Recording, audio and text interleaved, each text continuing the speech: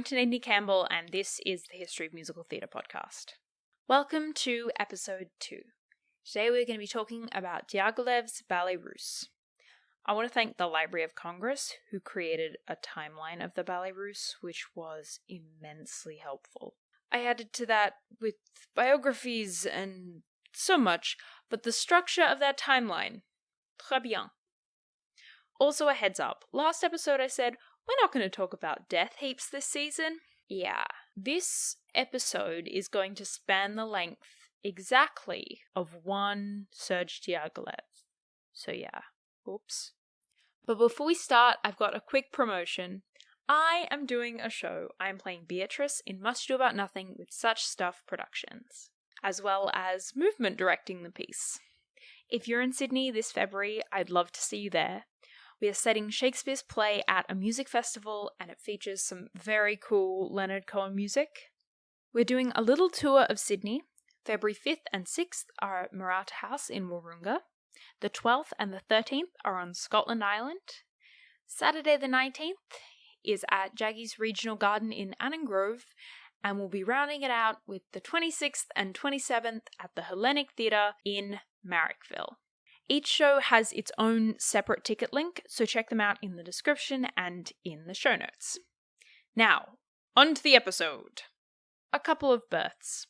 In 1872, Serge Diaghilev is born. He will go on to found the Ballet Russes and change the dance world forever, so no big deal. In 1881, Anna Pavlova is born, who would go on to introduce ballet to large swaths of the United States and inspire the generation which would shape Broadway dance. Another super minor thing. Next up is Igor Stravinsky, who changed the face of ballet music and was born in 1882. Tamara Karsavina is born in 1885. You may not have heard of her, but she was a prominent ballerina with the Mariinsky and then with the Ballet Russes. In 1889, Vaslav Najinsky is born to celebrated Russian dancers. His family actually ran a ballet company which toured around Russia. He was trained by his father and then at the Imperial Ballet School, making him basically a walking stereotype. Let's head to the next year and slow down this registry of births, deaths, and marriages. Serge Diaghilev finishes up at the Perm Gymnasium and his secondary studies. He adventures out into the wide world of Europe. Did you guys miss the registry of births, deaths, and marriages? Me too, let's get back to it. 1891 has two significant births. Bronislava Nijinska and Lydia Lopukova. The first is the sister of Vaslav Najinsky. Russian surnames are weird and sometimes have a masculine and a feminine version. The second is a Russian dancer trained at the Imperial Ballet School, who then danced with the Ballet Russes and eventually married John Maynard Keynes. If you're not a politics or an economics person, he's the inventor of Keynesian economics, which is a pretty prevalent economic theory. I also found a reasonably low-cost biography about her, so that was great. It's full of amazing quotes, which I will intersperse throughout this episode. Bloomsbury Ballerina is a great book, and I definitely recommend it. Let's skip forward a few years to, say, 1896, with the first of my many quotes. When he, Diaghilev, first arrived in St. Petersburg, fresh from his parents' country estate near Perm, all his dreams had been of becoming a great composer. His talent for music, however, had turned out to be less significant than the encyclopedic brilliance of his mind, the sureness of his aesthetic instincts, and the pushiness of his ambitions. In hindsight, he succeeded artistically, but at the time he was brave enough to work towards another creative pursuit, this time art criticism, which he first published in 1896. Leonard Massene is also born this year. He's going to be an important figure a little later into the episode, and definitely next episode. 1897 saw Diaghilev's first event, an exhibition in St. Petersburg. I'm going to have such a hard time recording this without singing Anastasia. Hopefully it'll be okay when I'm talking to Lyrica next week, but have you heard there's a rumor in St. Petersburg? Please cast me, guys. It's a great show. I made a little mistake last episode talking about Anna Pavlova. I spoke about her father working his way up in the ranks as an usher, which is just not her story. That story rightly belongs to Lydia Lopukova. There are a bunch of different versions and spellings of her name, and I'm not going to try and pronounce the micro differences between them. It's not a valuable use of anyone's time. Anna Pavlova's father died when she was a young child. It was 1898. 1898 was the year that Lydia's father, Vasily Lopukov, the same name, sans an A, took her to the ballet for the first time. The young Lydia was only 7 years old and had exactly Anna Pavlova's response. I'm paraphrasing, but it was something along the lines of, "How do these people do this magical stuff? Can I do it? I must do it. How do I join the ballet?" Or whatever that is in Russian. In the same year, she performed her first comedy role. Foreshadow, foreshadow. Lydia Lopukova will bridge the ballet theatre gap a little in Russia and more once she's in the States. Vasily was a peasant trying to move into a higher social class, and taking his children to the ballet was part of that. Vasily himself came from a family of serfs, people who could actually be traded by the lord of whatever region. He joined the army as a young man and became the head of the army choir. Apparently he was a lovely baritone. Rather than joining a trade, he took a pay cut for the chance at advancement and began to work at the Alexandrsky Theatre. He spoke German, he'd married a German Lutheran woman, and became known as someone who was quite well educated. This was in spite of the fact that he actually couldn't read, but every day he listened to plays and would recite speeches and repertoire to his family. Vasily wasn't a universally good father, though. Over time, he developed a tendency to drink, which drove a pretty significant wedge in the family. The audition process for the Imperial Ballet School was rigorous, but once accepted, the palace covered food, board, uniforms, and classes. It was a pretty safe financial bet. This system officially was based exclusively on raw, natural talent. But having someone on the inside with contacts definitely didn't hurt. 4 of the 5 Lopukova children ended up as dancers. The only one who didn't deliberately flunked his audition. Fedor, one of the boys, would become the director of the Najinsky, and his son Vladimir was a dancer, and his son Fedor was a dancer. They built a legacy, that's for sure. Training at the school was, again, rigorous. The book Bloomsbury Ballerina says every minute was punctiliously timetabled. But the students who graduated were accepted into the Najinsky Ballet and paid a generous salary. After retirement, the dancers were paid a pension. It was the same year that Ninette de Valois was born. She makes a little babby appearance in the episode. In 1899, Serge Diaghilev becomes the special assistant to the director of the Imperial Theatres. This really set the trajectory for his life. According to Bloomsbury Ballerina, he was aggressively inquisitive about every aspect of the theatre business. He had turned up uninvited to rehearsals and meetings, where his black, hooded stare had seemed to penetrate unsettlingly into matters which did not concern him. It was also the same year that Vaslav Najinsky joined the Imperial School of Dance. Skipping forward to 1902, a pretty important year. Within the Imperial Ballet School and the Najinsky, a series of tiny events began to lay the groundwork for what was going to happen. Tamara Karsavina graduated and moved from the school into the corps where she would begin her career proper.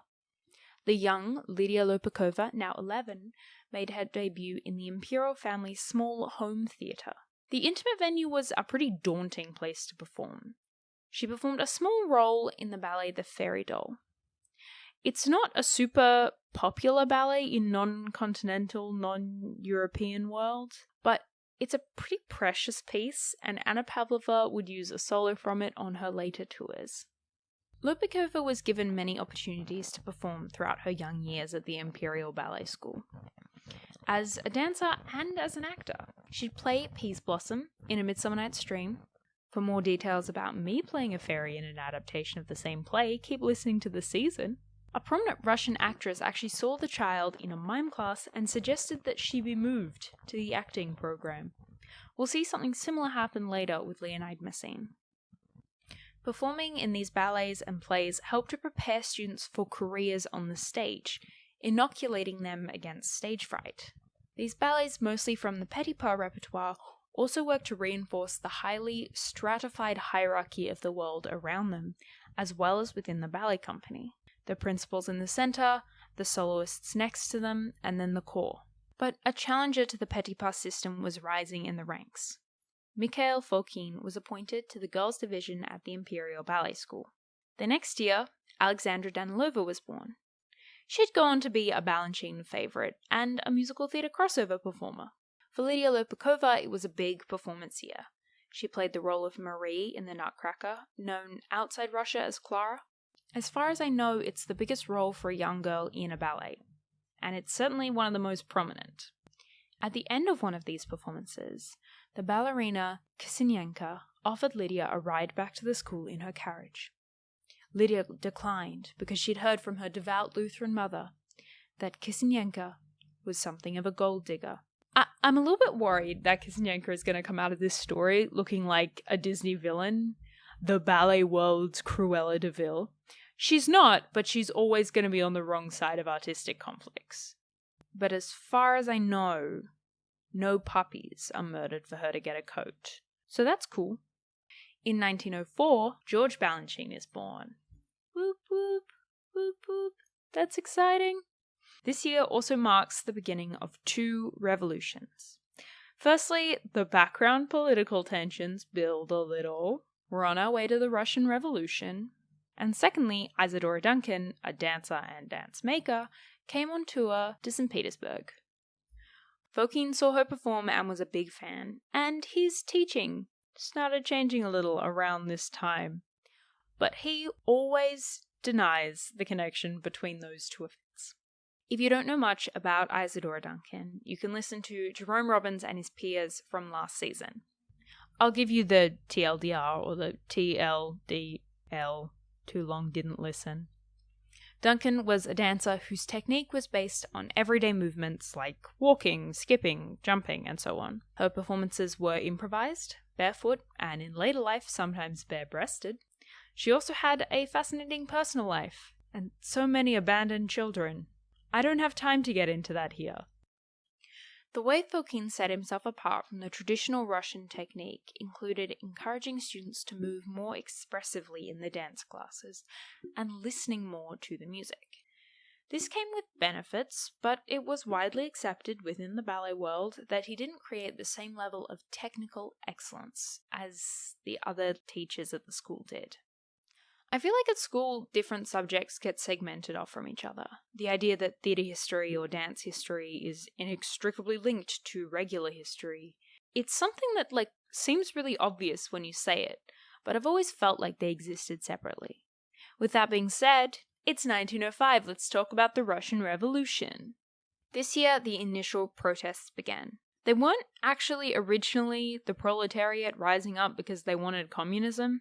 They were looking for better pay and shorter hours, and many of the protesters were explicitly pro-imperial family. Said family responded with massive amounts of violence, which was pretty effective in the short term. These massacres were seen by dancers and by students. The once sheltered academy was being exposed to the outside world. A union movement even began within the Mariinsky, with Anna Pavlova, Mikhail Falken, and Tamara Kosovina being part of it. They were working for better pay and working conditions. This actually worked, mostly because of the number of power players within the movement. Falken didn't get everything he wanted though, particularly in the ballet he choreographed for the school, Assis and Galatea. I need to make a quick correction from last episode. Number 1, Najinsky wasn't Assis, he was the lead faun. Lydia Lopukova's brother, Fyodor Lopukov, see the last name thing, played Assis. Lydia herself danced the role of the Cupid. Number 2, I said he wanted them to perform barefoot. He actually wanted them to perform in sandals. He was still turned down though. Women had to wear point shoes. I mean, it's pretty understandable when you're preparing them for a career where they're going to be in point shoes every day. The ballet still made some significant innovations. The music used folk rhythms, and the choreography utilized classical Greek poses. As the revolution swings back a little, curbed by, violence, within the Mariinsky, any dancers who were able to be demoted, who were part of that, were demoted. Pavlova, Falken, and Kosovina were all artistic power players though, so their careers were safe. As a student, Vaslav Najinsky was making waves. He was heralded as the eighth wonder of the world and the Vestris of the North. You might remember August Vestris from last episode. Diaghilev took a collection of Russian art to Paris to be displayed in an exhibition at Salon d'Automne. Hell yeah, basic French. The next year, he moves a step closer to the tours he'd come to be known for, this time presenting a series of historical Russian concerts in Paris. The year after that, Najinsky joins the company proper. You know, when he was meant to, but goes directly into the rank of soloist, like a mad lad. What he joins, though, isn't a settled company, but a divided one. Over the previous years, there were financial rifts, but now the conflict was artistic. The whole company had essentially split into two camps. The more conservative camp with Kisynenko and Alexander Krabinsky, and the new camp with Falken and his favourites. This rift deepened when Falken told Kisynenko she couldn't wear her personal collection of jewels in some of his ballets.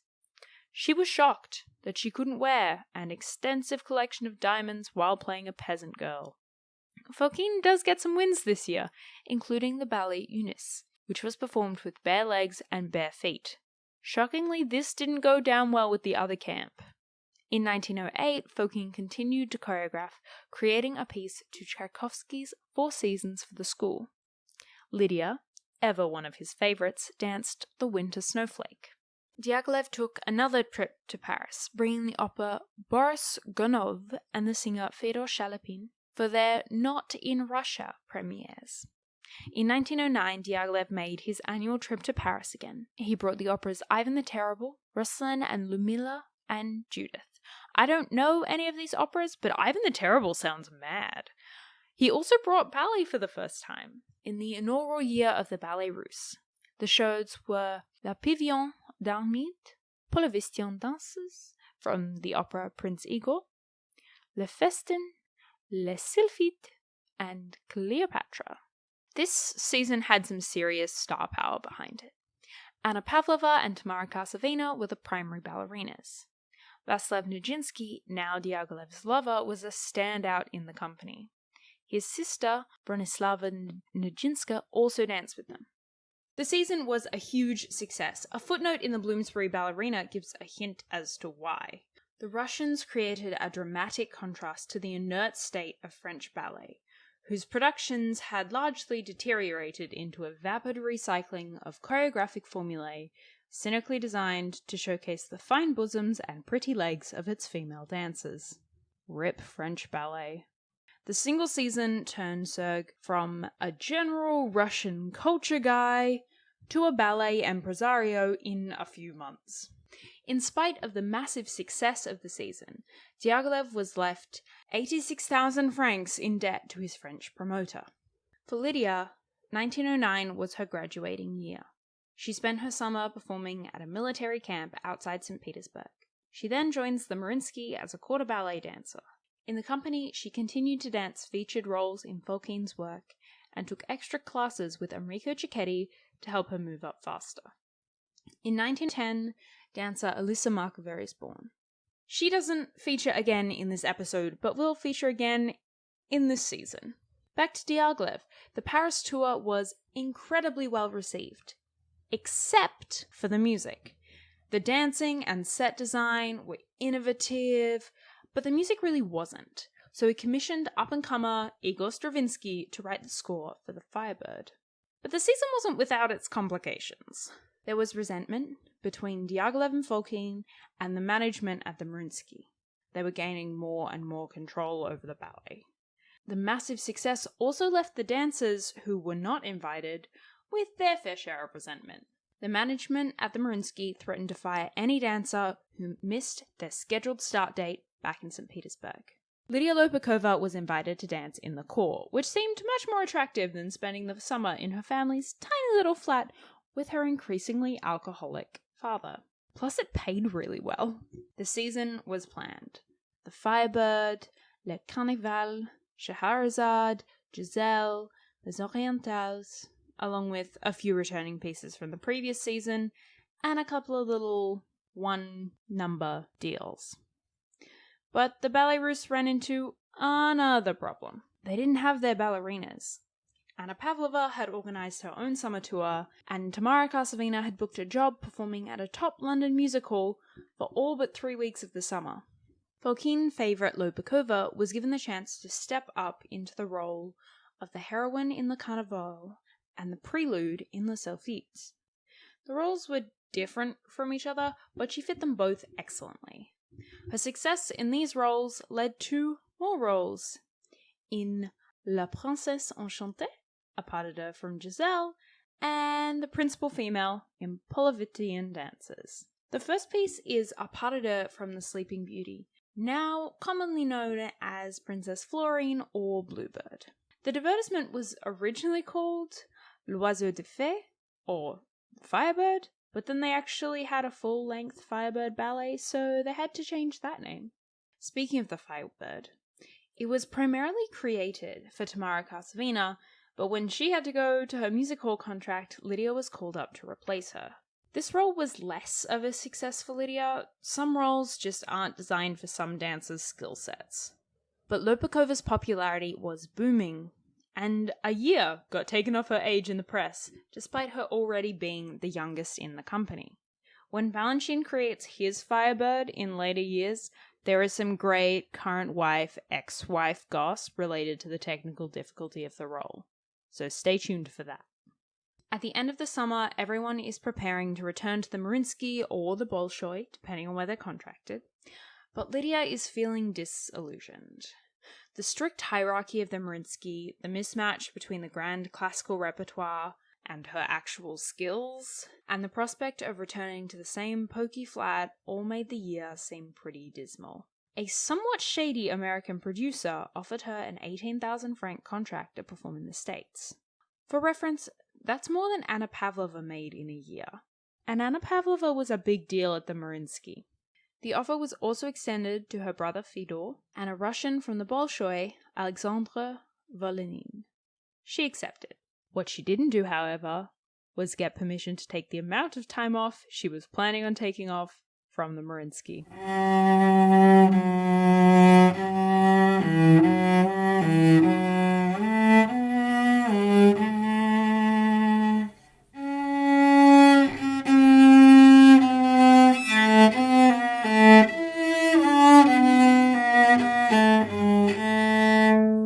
Lydia, Fedor, and Alexandra traveled to the US. They were promised they'd start their tour at the Palace Theatre, one of the most prestigious variety houses.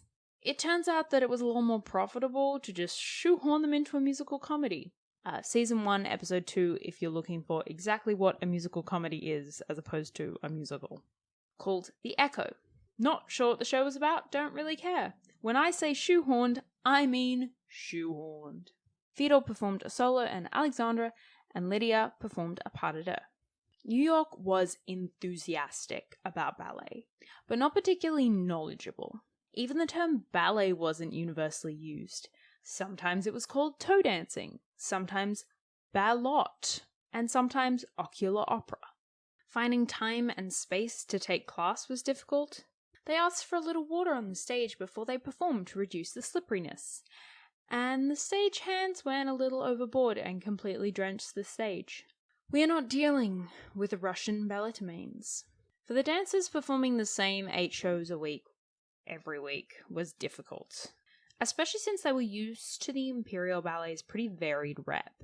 After a while, the show prepared to go on tour, and the ballet was replaced with a comedy duo. I said they were shoehorned. The star of the show said she was planning on adding classical ballet to her skills, saying, "I can't even stand on my toes yet, but I hear that the trick can easily be acquired with 2 months' hard work." As someone who wants to get on point in the next year, I don't think she's right. The trio set off on their own tour of vaudeville theatres, including the Orpheum Circuit. Gypsy, anyone?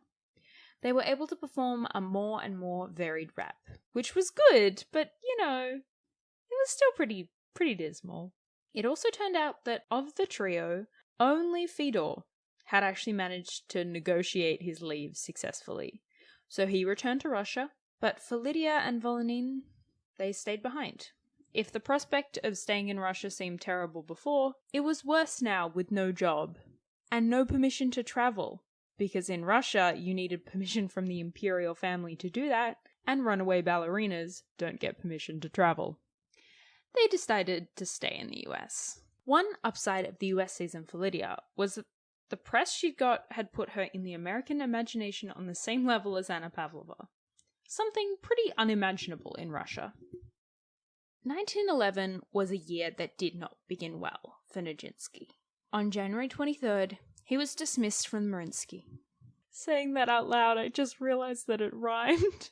At least I think I'm funny. Why was he dismissed? He wore an Alexandre Benoit costume as Albrecht in Giselle. I think people it wasn't modest enough. That was the problem. Fortunately, there was a job waiting for him. Diaghilev was inspired by the success of his first 2 seasons and decided to create the Ballet Russes as a permanent year-round company. That, and he was also dismissed from the Mariinsky for costume-based reasons.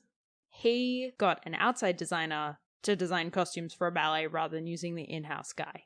Mariinsky and their costumes. Ridiculous. Najinsky joined this new company along with Tamara Karsavina. Mikhail Falken became the principal choreographer. The season included a bunch of ballets that people don't really know. Petrushka, Le Spectre de la Rose, Narcisse, an excerpt from an opera called Sadko, and Swan Lake, which everyone knows. In the US, there was a glimmer of balletic hope. Sort of. Revue dancer Gertrude Hoffmann was putting together an American Ballet Russe. In order to give it a sheen of credibility, she needed some bona fide Russian ballet dancers. Enter Lopukova and Volonin. The shows weren't of the same quality as the Falken ballets they were based on, and Hoffmann was not a great ballerina. So most of the praise for dancing went to Lydia. I mean, I don't think I would look great if I had Tyler Peck dancing back up for me. The next year, they presented Les Dieux Bleus, Thémard, Daphnis et Chloé, et L'après-midi d'enfant. This is really making me realize how many ballets I don't know anything about.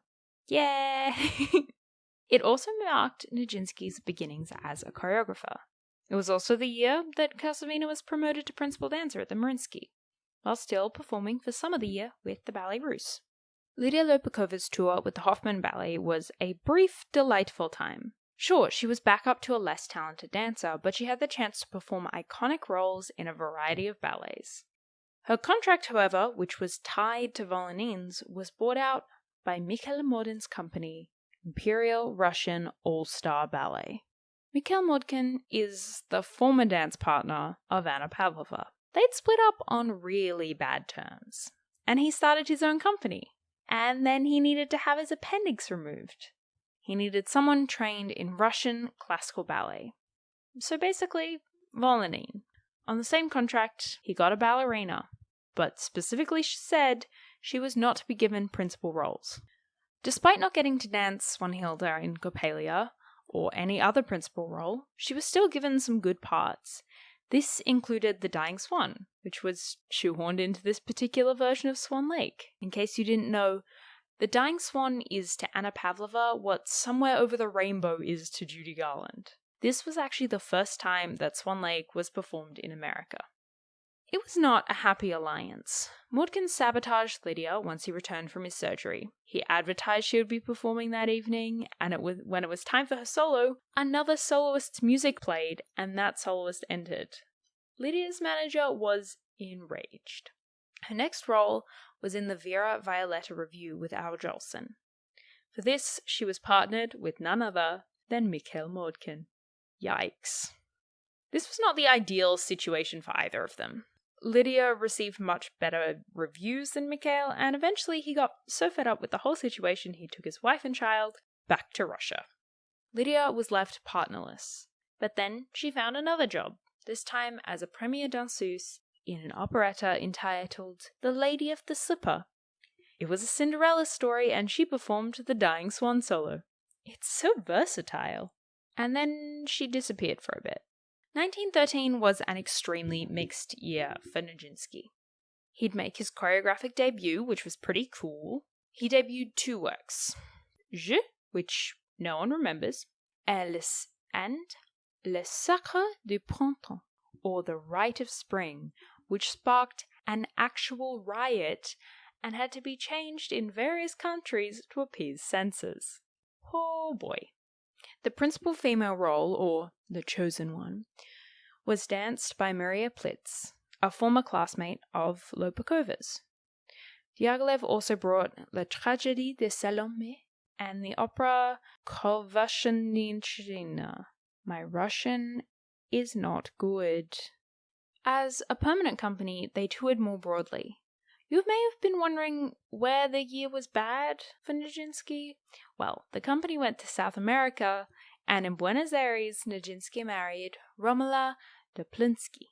His former lover Diaghilev dismissed him from the company. This was probably not entirely due to his marriage, though largely it was. Vasilev would later be diagnosed with schizophrenia, and he became increasingly difficult to work with. There are a number of reasons Lydia Lopakova may have disappeared for a great many months. Burnout was definitely one of them. Pregnancy was another. But the other reason was a career change. She was looking to move into straight plays. There was a play written specifically for her called The Young Idea, and then just herself. It had 2 titles. And it was a resounding flop. She received the first bad reviews of her entire life. Because she needed money to, live, she started performing solos in a pretty prestigious cabaret venue. This was also the year the First World War began, even though in America it felt like a far-off non-reality. I know the Ballet Russe is called the Ballet Russe, but they also produced a bunch of operas. In 1914, these were Le Coq d'Or, Le Rossignol, Prince Igor, and May Night. Prince Igor was also seen in an earlier season. 3 new ballets appeared this season: Papillon, Legend of Joseph, and Midas. Leonard Massene also joined the company this year as a dancer. Give him a minute, there's more. In 1915, Leonard Massene becomes the chief choreographer. So in podcast time, it took him less than a minute. Le Soleil de Nuit debuts at the Grand Theatre in Geneva. Lydia, on the other hand, begins her year with a flop. Fad and Fancies. Another review. This was followed by more vaudeville shows. It was this second flop that encouraged her to move away from hyper-commercial projects towards the one she felt more artistically drawn to. She took a massive pay cut to do a show with the Washington Players, The Antic, playing Julie Bonheur. It was a massive success and led to another acting success, this time in The Whims of Marianne. There was a reviewer, Haywood, who saw her in The Antic and basically fell in love with her. They started dating and even got engaged, but it was never clear that she was actually interested in him. Her interest pretty significantly diminished when, in 1916, the Ballet Russe arrived in America. She pretty much instantly rejoined. She started taking class once again with Giacchetti, and while there isn't an exact historical date for this, she also started dating Diaghilev's business partner, Randolph Barchi. When the Russe arrived in America, it didn't have its 2 main headliners, Karsavina and Najinsky. It was for this reason that Lydia was pretty readily accepted back into the company as the new ballerina. They had to tone down some of the sexual elements in some of the works. Midi d'enfant. Coughing French is not a skill that I imagine that I have, but I do think I have it. Should I put that on my resume, like special skills? Can cough French under breath? I don't know. One step in that ballet was actually banned by court injunction. What they were able to offer, though, was real, authentic, cutting-edge ballet, different from the Petipa and Fokine rip-offs that had been seen around the country. For Lydia, the highlight of this season was Petrushka. She also managed to keep her engagement to Haywood in the press, despite secretly getting married to Barucci, despite him still being married to his first wife. 3 new works are created for the company. Kikamora and Las Menias debuted in San Sebastian. The 3rd debuted during the Russes' American tour, Till Eulenspiegel. It was choreographed by Najinsky after he returned to direct the company on their tour. This was because the company split into two segments at this time. Diaghilev, Massene, and Giacchetti, along with a couple of dancers, were hanging out in Italy preparing some rep for the new season, while the majority of the company was in America performing under the leadership of Najinsky. Václav wasn't a great leader though. He was meant to create 2 new ballets, but the rehearsals were progressing slowly. Opening night had to be delayed, and management of the repertory, excluding the new Najinsky ballets, was handed over to Adolf Boehm. Lydia's debut in the Falken ballet Papillon was also delayed, but that was because she had to go get remarried to her husband. That man has had so many weddings, and has so few ex-wives for the number of weddings he's had. Back in Russia, Fyodor Lopukov, Lydia's brother, choreographed his first work for the Mariinsky. 1917 saw the first collaboration between Pablo Picasso, of being Picasso fame, and the Ballet Russes, though not the last. For the ballet parade, he created sets and costumes, and interestingly, did the curtains. The previous year's Kikamura was into a new work called Contes Russes.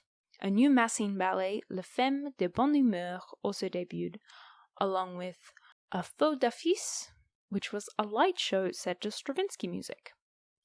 Najinsky joins the company for a final time on tour to South America. He asked to be paid in advance for every performance. He's fairly paranoid at this point. He claimed the year before to be owed 500,000 francs in unpaid wages. I don't know if that is true or not. He becomes pretty inconsistent in his performances, leading to the following poem.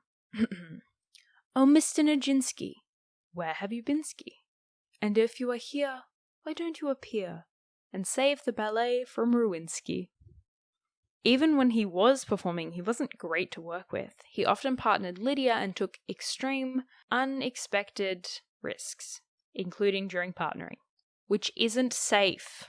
Welcome to me lecturing historical figures on how to do things safely, the podcast. He eventually leaves in September, performing his final show in Uruguay. This tour was not profitable, and when Diaghilev stopped getting paid, his dancers stopped getting paid. Lydia and Rudolf Boehm were among those who used their savings to help junior dancers afford to live during this time. The chaos of the company also led Lydia to beg Anna Pavlova, who was touring to the same city, for a place in her company. There wasn't one. At least some of the rep was good. Lydia was given the chance to perform Maruccia in Les Femmes de Bonheur, which was so stylistically different that it made it extremely physically draining to perform. They loved it though. Back in Russia, things had changed. The Russian Revolution had uprooted life as many people knew it. The ballet, though, was surprisingly unchanged. It did change names, though. The Mariinsky became the State Academic Theatre for Opera and Ballet, and the Imperial Ballet School became the Petrograd Theatre School. So similar, but, with communist aesthetics. A lot of the impact that the revolution did have on ballet was outside of Russia, particularly for Diaghilev, who found funding his 1918 season pretty hard. The whole operation became a little less Russe. Diaghilev moved to Madrid, and from there to London, where the company settled. Tamara Karsavina moved with them. This was not an easy trip, though. The company did a tour of small cities in Spain, which was so barely profitable. Eventually, Diaghilev had to release everyone from their contracts, but did manage to pull together a season at the London Coliseum, a musical. Getting to London during the war was, difficult, because there was a war. The Russian nationality of the vast majority of them also made it difficult, as Russia was now an enemy of the Allies. So yeah, they were given 3 days to cross France. Arriving in London, they were somewhat humiliatingly sandwiched between other variety show acts, but it paid for the company to continue to exist. A portion of the Ballet Russes season would be at the London Coliseum until 1922. The show was extended, which gave Lydia the chance to train with Giacchetti again, who'd set up a studio in London. Irish dancer Ninette de Valois would sometimes watch her classes, which were before her own. It was also during this time that Lydia Lopukova met John Maynard Keynes. In 1919, they were able to move from the Coliseum to a more prestigious theatre. Yay! This also meant they could do 4 ballets. Double yay! There were 2 new ballets this year. La Boutique Fantasque et Le Tricon. The habit of saying instead of and between the names of ballets is very hard to break. The former of these is a Massene ballet about 2 can-can dolls who decide to run away from the toy store to avoid being sold to different people. This was also Václav Najinsky's final year on stage at all. He was 29 years old and had a nervous breakdown, which would later be diagnosed as schizophrenia. Lydia also leaves the company this year and makes plans to divorce Baruchia. I would like to apologize that every time I pronounce his name it's been different, but that's life. The reasons aren't super clear, but the combination of his bigamy and the fact that he left for another country with her pay packet in his pocket might have had something to do with it. She planned on marrying a General Martinov, whose actual identity has never been confirmed. In 1920, there were 3 new ballets. Pulcinella, Les Azus Féminili, and Le Chant du Rossignol. If that last one sounds familiar, it definitely could be because I mentioned it earlier in the episode. This ballet was adapted from the 1914 Diaghilev Stravinsky opera, Le Rossignol. Having run away from the ballet, Lydia went back to Broadway in The Rose Girl, which had a ballet in it choreographed by Mikhail Falken. That show was a flop, and the ballet was cut 3 months before the show closed. This is also the year Alexandra Danilova graduates from the Petrograd Theatre School. Who is she? Someone who's important later. Also someone who in 1921 joined the State Academic Theatre, yada yada yada. I think the new name is dumb, bite me. Lydia Lopukova rejoined the Ballet Russe, which desperately needed a star. Karsavina left because touring took her away from her children for too long, and Massene was removed after he married dancer Vera Savina. Leonid was a former lover of Diaghilev, and the latter didn't love it when his lovers married women. This year, the Ballet Russe repertoire involved Chute and The Sleeping Princess, based on The Sleeping Beauty, but given a different name because of a pantomime that was running at the same time. The season also included Cuadro Flamenco, performed by actual Spanish dancers and not the usual ballet dancers. The Sleeping Princess marked their London return. Diaghilev had lost his choreographer and thought it would be a great ballet to present to bide himself some time to find a new one. The ballet was a mixture of Petipa's version with some new choreography by Najinsky's sister Najinska. Lopukova danced The Lilac Fairy and Princess Florine, the role La Princesse Enchantée was based on. She would also do the occasional show as Aurora, but the hyper-classical, hyper-technical role was not exactly her cup of tea. The show didn't do well. Frederick Ashton, who would go on to become a renowned British choreographer, didn't like it. John Maynard Keynes did, though. He'd be married to Lydia a few years later. The next year, the company debuted Le Renard, as well as a shorter version of The Sleeping Princess entitled Aurora's Wedding. If you're wondering how The Sleeping Beauty becomes a 2-hour, 3-act ballet, the answer is divertissements. The first act has a whole bunch of fairies dancing variations, the second act has the prince seeing Aurora in a dream, and in the third act there are so many celebratory divertissements. It's actually a great place to find a variation if you need one. In Russia, Alexandra Danilova is promoted to soloist at the State Academic Ballet. 1923 saw the debut of Danse Russe and Le Notch from the Ballet Russe. The next year was a pretty big one, both for the Ballet Russe and for some other important individuals. On the company side, the following ballets were debuted. La Dénonciation de la Berre, Les Biches, Ballet de l'Azur Féminin, 6 dances from Les Yeux Féminili, Les Feux Chauds, Les Trains Bleus, et Les Nuits sous les Monts Chauves. All of that, plus the operas La Colombe, Le Médecin Malgré Lui, Philémon et Bercis, and Une Éducation Maniquée. So, just a little season. Mrs. Massene, or Vera Savina, is promoted to principal dancer. Yay for her! Outside the Ballet Russe, George Balanchine and Alexandra Danilova are now part of a group that tours outside of Russia called the State Soviet Dancers. That doesn't last for long, though, and by the end of the year, they've both joined Diaghilev and his company. 1925 included 2 suites of dances from classical ballets. Les Contes de Fées, taken from Sleeping Beauty, and Lac des Cygnes from Swan Lake. This year also saw the debuts of Les Festins, Zéphyr et Fleuret, Les Malots, and Barabeau. For Alexandra Danilova, she spent 1925 with the Monte Carlo Opera Ballet. In 1926, there was Romeo and Juliet, Le Pastoral, Jack in the Box, and The Triumph of Neptune. 1927 saw Le Chat, Mercure, and Le Pas d'Acier. There was also the Stravinsky opera, Oedipus Rex, based on everyone's favourite Greek play, and Freud's favourite thing to talk about. No, his favourite thing to talk about was based on the play. Alexandra Danilova also got promoted and became a principal. Yay for her.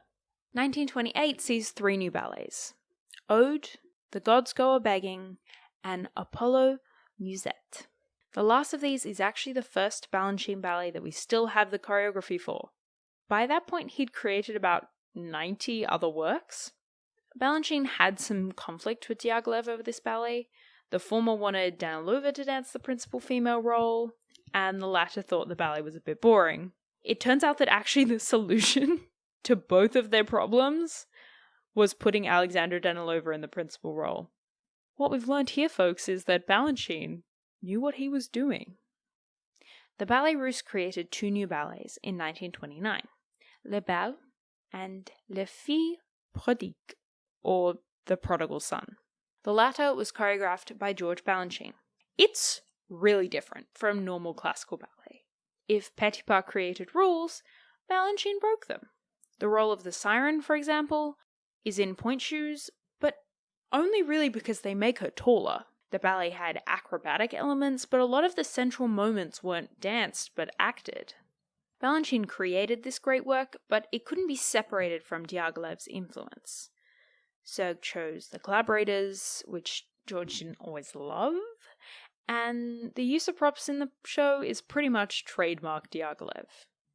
On the 19th of August, Serge Diaghilev died.